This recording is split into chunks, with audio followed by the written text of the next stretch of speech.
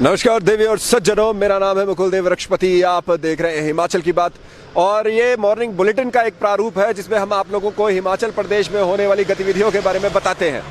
इस हिमाचल की बात में आज के पूरे दिन के जो प्रमुख बातें होने वाली हैं उसके बारे में तो आपको जानकारी देंगे ही, उसके साथ भविष्य और भूतकाल, पिछले कल और उसके साथ की चीज़ें जो अभी भी आपको यहाँ पर जानकारी योग्य है आप तक पहुँचाने का हमारा प्रयास रहेगा।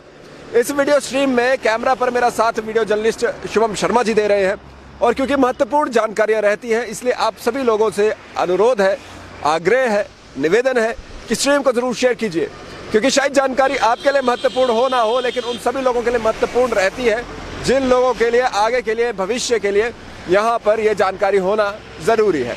तो स्ट्रीम शेयर कीजिए, लाइक का बटन लगातार दबाइए, कमेंट्स के माध्यम से जुड़िए, क्योंकि आपके कमेंट यहाँ पर हमारी स्ट्रीम की शोभा तो बढ़ाएंगे ही, साथ में जब इसे ब्यूरोक्रेसी या फिर पॉलिटिशियन देखते हैं तो वो भी एक रुख समझ पाते हैं जनता का कि वो जनता क्या चाहती है।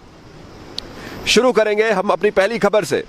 तो पहली खबर हालांकि हिमाचल बंद के बारे में है, लेकिन आपको पहले कैबिनेट के बारे में हम यहाँ पर बताने का प्रयास करेंगे। आज हिमाचल प्रदेश का मंत्रिमंडल एक बार फिर से बैठेगा यहाँ पर निर्णय लेने के लिए हिमाचल के भविष्य के। क्या क्या ये निर्णय लिए जाते हैं वो तो चलिए गर्भ में रहेगा भविष्य के, लेकिन उसी के साथ यहाँ पर जो जानने योग्य बातें हैं वो आप तक पहुँचाना हम लोगों के लिए बहुत महत्वपूर्ण है।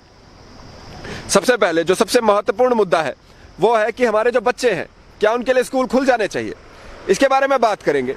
आप लोगों को पहले तो कमेंट के माध्यम से आप लोग भी बताइए कि हमारे बच्चों के लिए क्या जो स्कूल है वो खुल जाने चाहिए। आपको बताना चाहेंगे कि हमने आप लोगों के बीच में कल परसों, मुझे ठीक से जानकारी नहीं है, हमने आप लोगों को सबसे पहले ये भी बताया था कि 27 से स्कूल खोलने के लिए एक शिक्षा विभाग द्वारा एक प्रपोजल तैयार किया गया है, जिसमें उन्होंने सरकार के आगे ये प्रपोजल दिया है, ये प्रस्ताव रखा है कि आप 27 से स्कूल खोलिए और 50% क्षमता के साथ ये स्कूल खोले जाने चाहिए। और उसके साथ साथ उन्होंने ये कहा है कि 50% क्षमता के साथ स्कूल तो खोलिए और उसके साथ साथ जो बच्चे हैं उनको केवल 5वीं, 8वीं, 9वीं, 10वीं, 11वीं और 12वीं के बुलाया जाए। हमने ये भी आपको बताया था कि निजी जो स्कूल हैं वो लोग ये कह रहे हैं कि हमारे जो बच्चे हैं अगर आप स्कूल नहीं खोलते तो हम अपने आप स्कूल खोल देंगे। आपको बता दें 27 सितंबर को यहाँ पे स्कूल खोलने की तैयारी के लिए यहाँ पर अध्यक्षता जो आज करेंगे यहाँ पे मंत्रिमंडल की जयराम ठाकुर, तो 27 को हमारे बीच में स्कूल खोलने का फैसला हो सकता है। 25 सितंबर तक वैसे भी स्कूल बच्चों के लिए बंद थे और 27 से जैसे मैंने आपको बताया 9वीं से 12वीं तक के लिए स्कूल के लिए खोला जा सकता है और 5वीं और 8वीं को यहाँ पर विशेष जो यहाँ पर उनको अनुमति उनके पेरेंट्स से मिलती है, उनके अभिभावकों से मिलती है, उसके साथ बुलाया जा सकता है। इसके साथ ही शिक्षा विभाग में 8000 मल्टीटास्करों की भर्ती के अलावा C&V और JBT के गृह जिलों में बदलाव की नीति पर यहाँ पर बातचीत होगा। सरकारी स्कूलों में कंप्यूटर शिक्षकों के मानदेय में 500 रुपये बढ़ोतरी और बसों में 100% सवारियां बिठाने पर मंजूरी इस मंत्रिमंडल की बैठक में, इस कैबिनेट में मिल सकती है। तो मंत्रिमंडल की महत्वपूर्ण बैठक है, कुछ समय में शुरू होने वाली है। आप सभी लोग लाइव टाइम्स टीवी के माध्यम से उसे देख सकते हैं। शिमला में हमारे बीच में विक्रांत जी, राजीव जी, प्रदीप जी, आप लोगों को पल पल की अपडेट वहां से देते रहेंगे। तो लाइव टाइम्स टीवी का पेज देखते रहें, आपको जानकारी मिल जाएगी। खबर अगली पे जाते हैं। अगली खबर आप लोगों को बता दें तो जो हमारे स्वास्थ्य विभाग के कर्मचारी हैं उनको ये बहुत ज़्यादा ज़रूरी है, उनके लिए खबर है।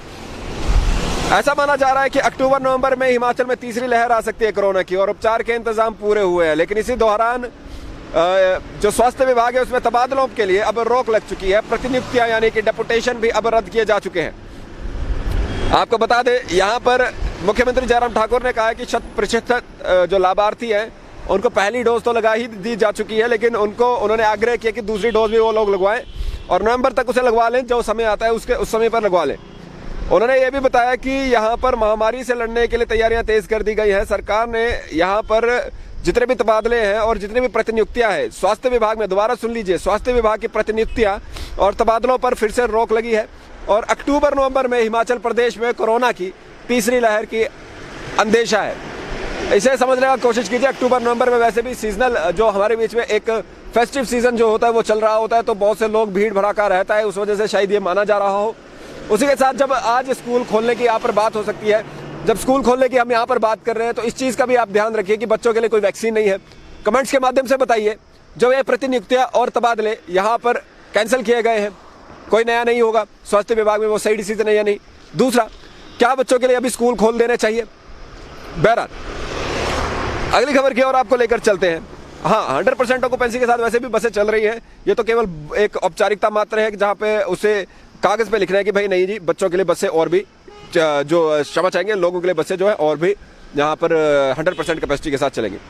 इसके साथ अब IAS अफसरों को कल जो 11% DA दिया गया था, उसके जो नोटिफिकेशन, जो अधिसूचना निकली थी, उस पर सरकार ने 24 घंटे के बीच ही यू टर्न ले लिया है, अपना फैसला पलट दिया है। और पहले भी ऐसा विपक्ष कहता रहा है कि ये सरकार फैसले लेने में सक्षम नहीं है, और ये बैठे बिठाए अब विपक्ष को मुद्दा भी मिल गया, जहां पर सरकार ने एक फैसला लिया और उसके बाद उसे यू टर्न किया। अब बार आप देखेंगे कि धीरे धीरे इसी एक फैसले को बार बार यहाँ पर बताया जाएगा कि सरकार द्वारा एक फैसला लिया गया था, उस पर भी वो अमल नहीं कर पाए, ये फैसला ही गलत था, ऐसा भी कहा जाएगा। आपको बता दें, एक ही तर्ज पर अन्य कर्मचारियों के साथ उन्हें महंगाई भत्ता मिलेगा, यानी अब उन्हें भी 6% DA मिलेगा। जो खबर थी वो ये थी कि कल 11% IAS ऑफिसर्स वगैरह को देने की बात हुई थी, 6% अन्य कर्मचारियों को थी। तो उस पर यह बात हुई थी, भाई ये क्या बात बनी, अधिकारी को 11%, कर्मचारी को 6% DA। तो उन्होंने ये कहा कि भाई ऐसा है कि सभी को 6% मिलेगा, चाहे अधिकारी हो चाहे कर्मचारी हो। और ठगा सा महसूस कर रहे कर्मचारियों को थोड़ी सी यहाँ पर जो रोष था वो थोड़ा शांत उसकी वजह से हुआ होगा।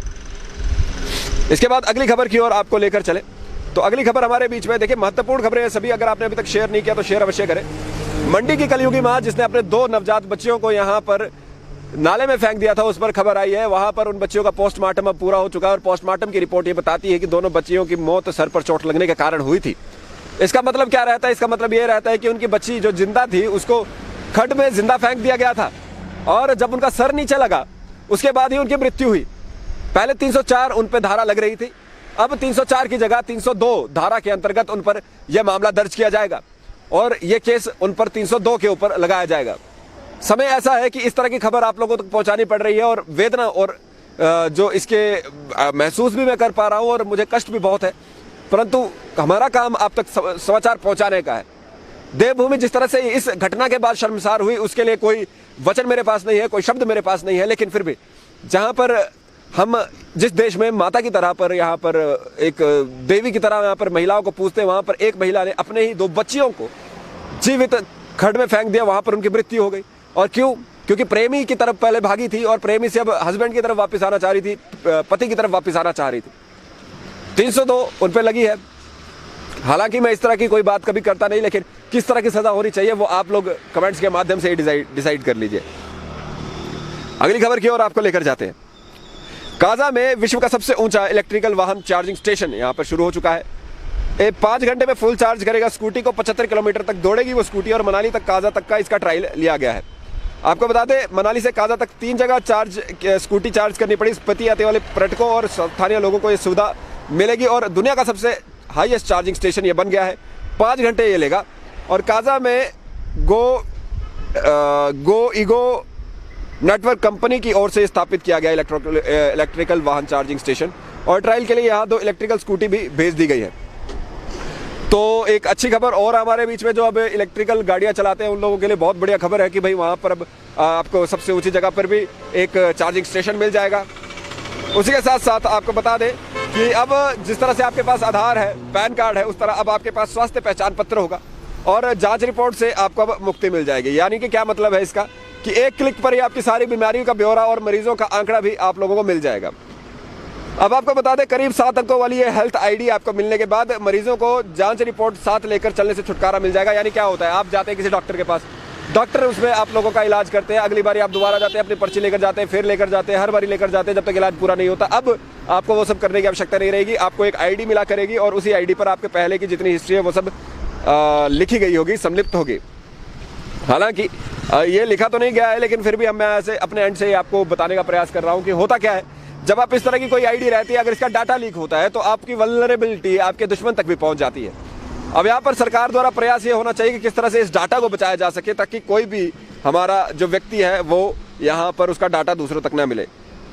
स्वास्थ्य पहचान पत्र 7 डिजिट का नंबर मिलेगा, और सब लोगों को मिलेगा, और एक ही प्लेटफॉर्म पे आपके बारे में सारी जानकारी जो आपके स्वास्थ्य संबंधी है वो मिल जाएगी। अब आप लोगों को बताते हैं यहाँ पर जो हमारे बीच में नियुक्तियां हुई हैं। चलिए जी, आप लोग काफ़ी ज़्यादा बच्चे जो है हमारे, उनको यहाँ पर आपको बताना चाहेंगे, उनको यहाँ पर नौकरियों की तलाश होगी। तो जिन लोगों ने यहाँ पे नौकरी करनी है और किस विभाग में करनी है जी, आप बिजली बोर्ड में करनी है, इलेक्ट्रिकल डिपार्टमेंट में करनी है, तो आपको बता दें कि हमारे बीच में 1641 पद यहाँ पर भरे जाएंगे, ऐसा ऊर्जा मंत्री ने कहा है। वीरवार को राज्य अतिथि गृह पीटरहॉफ में आयोजित बिजली बोर्ड कर्मचारी यूनियन के स्वर्ण जयंती समारोह की अध्यक्षता करते हुए ऊर्जा मंत्री सुखराम चौधरी ने घोषणा की।